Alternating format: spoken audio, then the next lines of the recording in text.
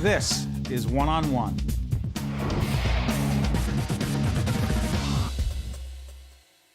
Hey, Steve Adubato here. More importantly, my good friend Stephen Jones is in the house talking about everything you need to know about healthcare. Stephen K. Jones, President and Chief Executive Officer, Robert Wood Johnson University Hospital, Robert Wood Johnson Health System. Good to see you, Steve. Great to be back with you, Steve. Last time a lot was going on at Robert Wood Johnson. Talk to us. Biggest things happening today are? Preparation for healthcare reform. Oh, really? Is that happening? Yeah, there's exciting things going on, Hadn't Steve. heard. Maybe you've heard that in 2014, 32 million Americans will get health insurance nationally. In New Jersey, that's about 900,000 citizens that will now get health insurance. Hospitals and doctors are doing lots of things to prepare for them to keep our population well and keep our population healthy. What does that mean at your place? In terms of actually getting ready, what does it mean?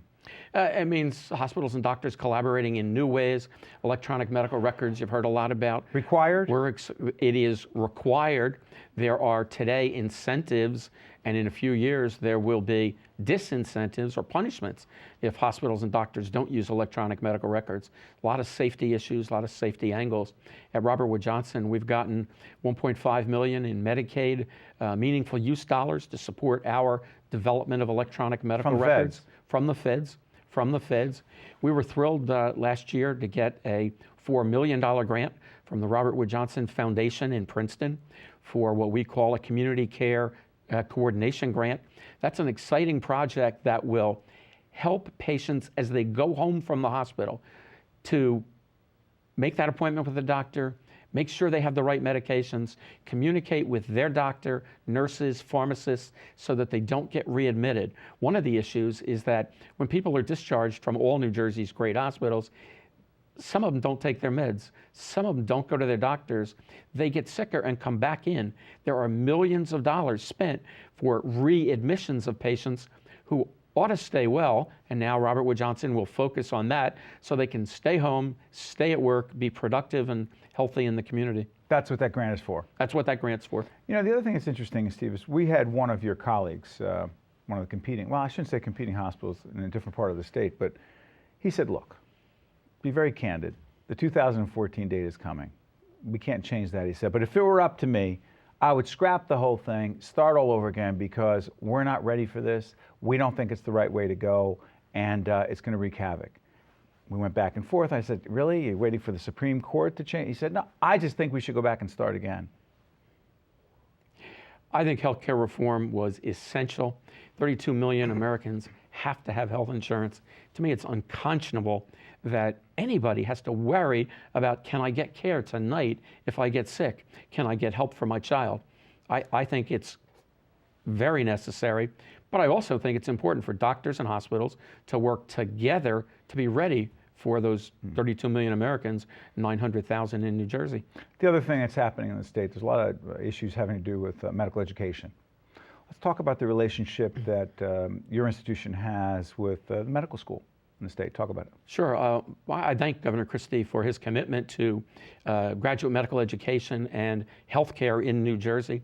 I think the transition of Robert Wood Johnson Medical School into Rutgers University is a logical building on the existing strengths. Rutgers Pharmacy Program, College of Nursing, Engineering, Health Policy Institutes, Basic Sciences. You combine them with the strength of Robert Wood Johnson Medical School, School of Public Health, the Cancer Institute of New Jersey. There's a lot more research dollars we can attract to New Jersey, and it'll be one of the nation's leading comprehensive universities. What kind of pushback have you gotten on this, Steve? Because, listen, as we do this program in the spring of 2012, you know, lots of public hearings, lots of questions about the initiative, not so much what's happening on your end, but there are some folks saying it's too big. We don't understand it. What kind of pushback are you getting, and is some of it from the faculty? Steve, I think it's essential that for the long term, we have a great higher education system and a great medical education system.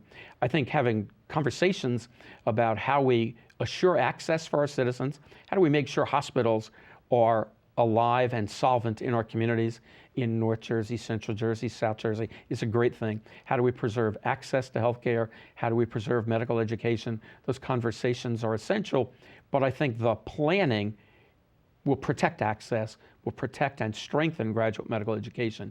And to me, that's what the plan is designed to do.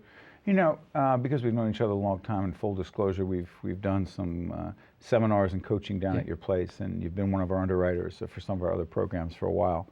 So we know a little bit about Robert Wood Johnson, but I also know you faced some challenges, some real challenges, and frankly, the implementation of the Accountable Care Act, if you will, for 2014 was not going to be easy, in spite of everything you laid out. Right, it's not easy. Some of the biggest challenges you face, and by the way, many of the physicians we've had on do talk about reimbursement and do talk about how difficult it is to manage their businesses, if you will, their practices. Biggest challenges you face, not just as a CEO of a hospital, but of a system. Yeah, I was going to talk about physicians with the medical staff in our community and the faculty physicians at Robert Wood Johnson Medical School. It is a tough time for physicians who want to make sure that they can focus on providing quality care and promoting wellness to their patients. Today, when they have to worry about the finances, we have more and more doctors talking to us about how they can align more closely with hospitals and health systems. Some want to be employees. Many want to stay independent, but they want to work together. And there are lots of quality initiatives in our country that are promoting doctors and hospitals working together to find better ways and then save money. That helps to ensure financial solvency for doctors. We'll play that out a little bit, Steve. Sure. Sorry for interrupting. So a lot of physicians, many, may want to stay independent, may want to keep their practice, but the economic model of that is becoming more and more difficult, right? Doctors say that economic model is more and more difficult. They tell us. The medical society has been here. Other physicians independently have done that. But by aligning with a hospital, there are some advantages.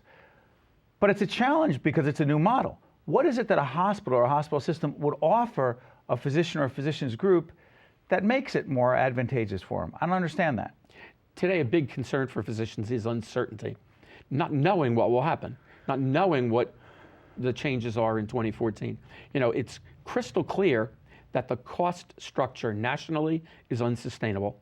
So we know that Medicare, Medicaid, private insurers, in the future, they're going to pay for quality, not quantity. The old payment system was do a test, get paid.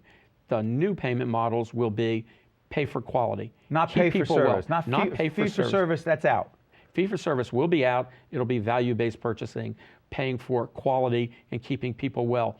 That transition, I believe, is a good and important transition, but there's great uncertainty. What will it look like in 2014? What will it look like in 2016? That's why some doctors are saying, I need to align with the hospital. Some want to be employed, lots want to stay independent, and that's a great thing too, but they will be aligned. We will together be held accountable for managing quality of a population. 30 seconds before I let you out of here, Steve. Got to ask you, we've had many hospital executives in here talking about mergers, consolidations. I know a lot of it can't be talked about for legal reasons. Yeah.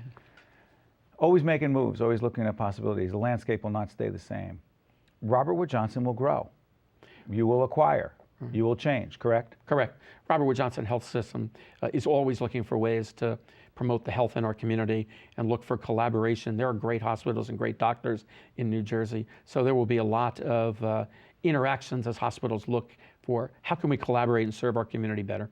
You said that in such a generic and vague way that I assure your lawyers you won't get in trouble. Thank you, Steve.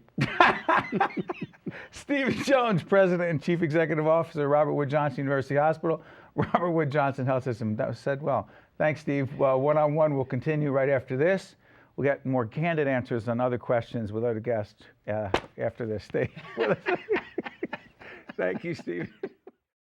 Funding for this edition of One-on-One with Steve Adubato has been provided by Johnson & Johnson, Health First New Jersey, TD Bank, the Russell Berry Foundation, and by Community Education Centers. Promotional support provided by The Record, North Jersey's trusted source, and NorthJersey.com. Transportation provided by Airbrook Limousine, serving the metropolitan New York, New Jersey area. One-on-One with Steve Adubato has been produced in partnership with St. Joseph's Healthcare System.